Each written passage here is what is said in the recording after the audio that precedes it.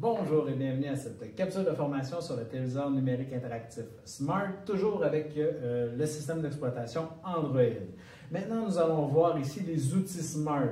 Donc, pour les plus nostalgiques d'entre nous, lorsque nous avions peut-être des chronomètres, des éléments comme ça qui peuvent faciliter à la fois notre enseignement et peut-être notre gestion de classe, mais ceux-ci se retrouvent également sur le système d'exploitation Android directement installé, intégré au TNI Smart MX.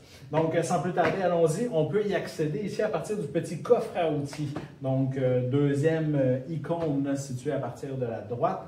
Donc, on va cliquer ici sur notre petit coffre à outils pour voir là, ici là, nos outils Smart. Donc, on va y aller tranquillement avec le premier chronomètre, des fois, là, qui permet comme ça de peut-être baliser le temps passé sur certaines activités avec les élèves ou qui peut être ici utilisé là, en éducation physique.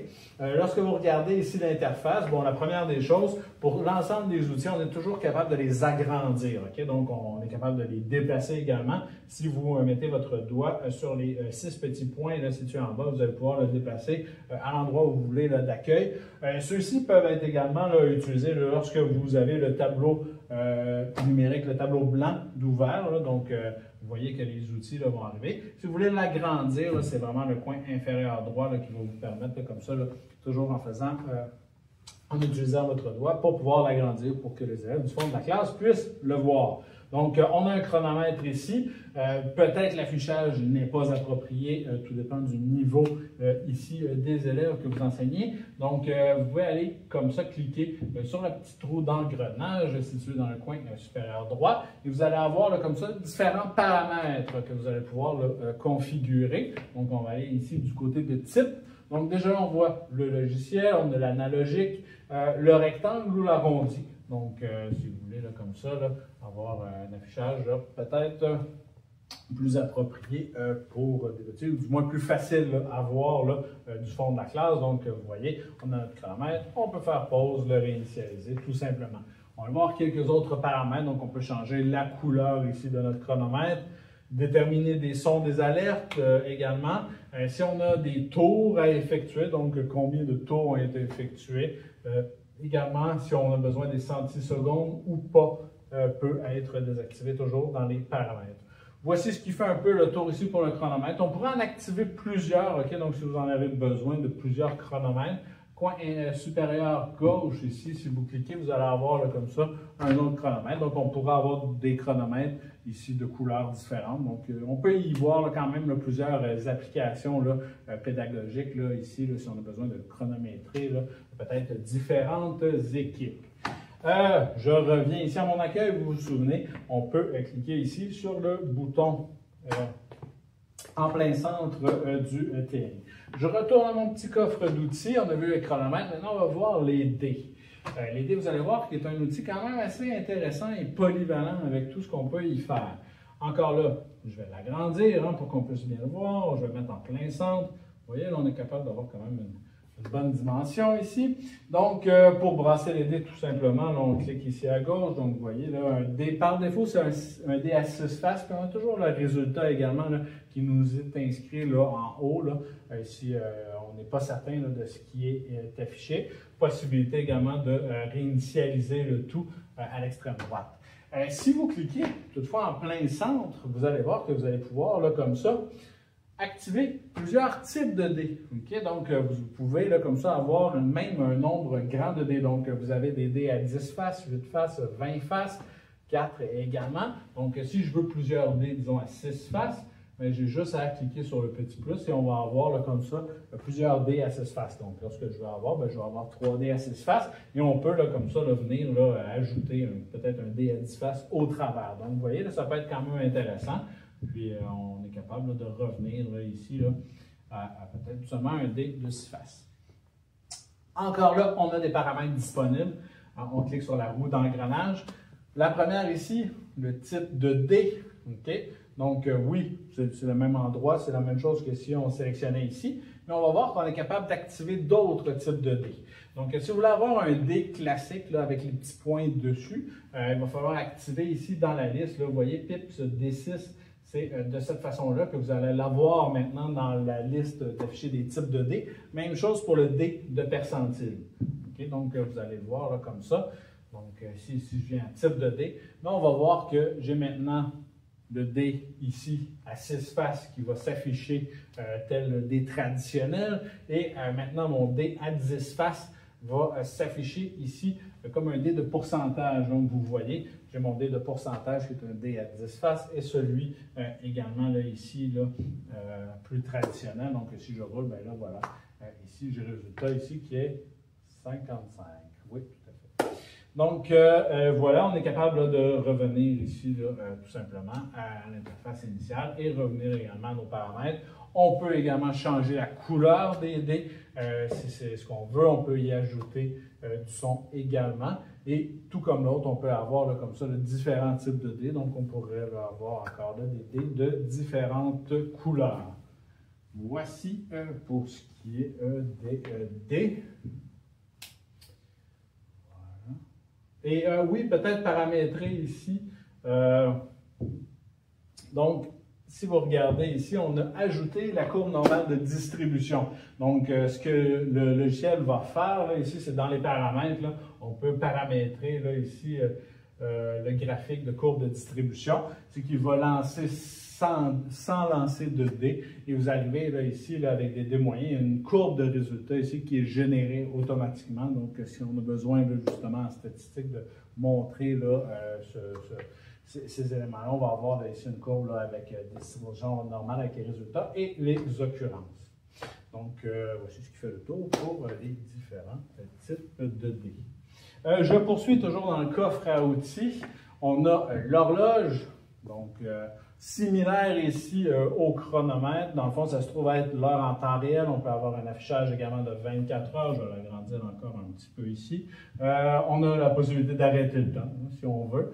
Il va reprendre là où nous étions. Toujours dans les paramètres, là, on va être capable comme ça de changer le type d'affichage. Donc, venir peut-être un affichage pas nécessairement analogique, mais un affichage un petit peu plus numérique ici. Ici, on peut régler des alarmes.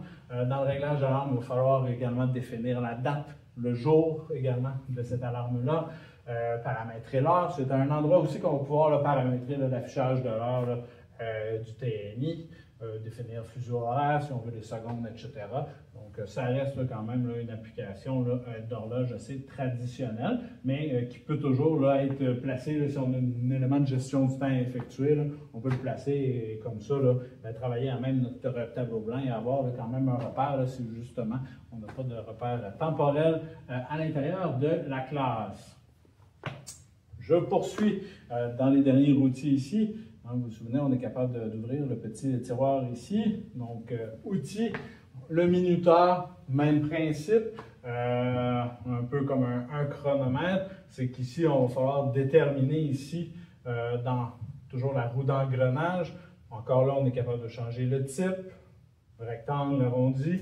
Ici, ça va être une roue là, et paramétrer de combien de temps on va avoir un minuteur. Donc, si on y va de 5 minutes, ça va être un décompte qui va être effectué ici. Donc, si je parle de décompte, celui-ci va justement, le temps va s'égrener jusqu'à ce qu'il y ait un résultat. Et là, on peut paramétrer ici peut-être un son d'alerte lorsque celui-ci, le temps va être écoulé, si on veut là, encore là, organiser un peu le temps des activités au sein de la classe. Et pour terminer, je crois, dernier outil, si je retourne, la roue. Probablement l'outil pédagogique le plus polyvalent que nous retrouvons ici dans le coffre à outils. Ça vaut la peine ici, j'agrandis. Donc, la roue, bon, si on y va avec sa forme initiale par défaut, lorsqu'on touche ici, c'est simplement une couleur qui nous est donnée. Il n'y a rien d'attitré comme valeur. Ça peut servir là, ici peut-être avec différentes équipes, donc ça peut être un élément ici de gestion de classe quand même intéressant. Si vous cliquez sur le dé, cette roue-là va se convertir tout simplement en dé. Donc vous voyez, il y a deux formes que peut prendre ici cet élément-là. C'est un élément aléatoire. Et on va voir qu'on est capable de se créer des listes ici d'éléments qui pourraient être intéressants là, à justement contextualiser selon les apprentissages qui sont faits. Donc, pour ce faire, vous cliquez ici dans la roue de paramétrage. Et vous avez tout en haut ici liste. Donc, liste, il y en a déjà des prédéfinis, OK? Elles sont toutes en anglais, mais vous avez la possibilité comme ça de les modifier, également de créer vos propres listes. Okay? Pour créer vos propres listes, là, vous allez pouvoir cliquer ici sur plus et vous allez pouvoir là, saisir ici l'ensemble des éléments de liste. Mais pour l'instant, on va y aller rapidement, juste faire la preuve de concept et vous montrer un peu c'est quoi l'esprit à l'intérieur de ces listes. Donc, on a des consonnes, des continents, des nombres, des océans, des formes, des voyelles. Donc, je pourrais, là, on va prendre, disons, les continents. Ceux-ci sont écrits en anglais, mais vous avez ici la possibilité, là, vous voyez, là, Africa, mais on pourrait le changer ici tout simplement pour Afrique. Là. Donc, on a la possibilité ici de venir modifier, franciser, adapter également là, tous ces éléments-là, changer la couleur également. On fait le plus, c'était pas ça. Donc, on vient ici changer Afrique. Et on va faire Enter. Voilà. Ah, vous voyez, là, j'ai ajouté les éléments ici. Donc, vu que je l'ai ajouté, je l'ai modifié, celui-ci est venu s'ajouter tout en bas. Donc, les autres sont inscrits en anglais, mais vous allez pouvoir comme ça ajouter des nouveaux éléments. Ça peut être des éléments de texte, ça peut être également des images également, donc des petits emojis, des trucs comme ça là, qui sont utilisés. Et également ici des formes que vous pourriez mettre. Je vous montre rapidement qu'est-ce que ça donne. Donc, on a ici les différents continents qui sont énumérés en anglais, mais si on sélectionne cette liste-là à ajouter, à utiliser, mais c'est que maintenant, notre dé ou notre roue va avoir les différents continents. Donc, on est capable comme ça de peut-être faire des révisions, de dire justement aux élèves, peut-être de nous nommer une ville, un pays qui se retrouve sur ce continent-là, et là d'y aller là, aléatoirement. Donc, ça peut être un élément intéressant là, avec un réinvestissement pédagogique là, quand même grand, les listes, okay? Donc, vous allez retrouver là, toujours là, ici. Vous avez une rotation animée, vous pouvez définir du son. Vous pouvez également ici avoir les résultats ici. Donc, à chaque fois que vous allez tourner la roue, vous allez avoir un compte des résultats qui ont été préalablement faits. Donc, si Australie une fois, donc il va prendre ça en considération. Vous allez avoir peut-être ici encore là, peut-être pour étudier les statistiques. Donc, ça peut être intéressant là, de voir là, combien de fois on a obtenu un élément. Ça peut être également un moyen aussi de désigner la participation des élèves. Et vous pouvez là, jouer avec ces listes-là sans problème. Vous avez des listes de séquences, supprimer les résultats. Je vous laisse explorer l'ensemble des autres fonctionnalités de ce bel outil qui est là, comme ça, là, la roue qui se retrouve dans les outils Smart disponibles, donc des outils plus classiques qu'on retrouvait dans la version sur ordinateur de Smart Notebook.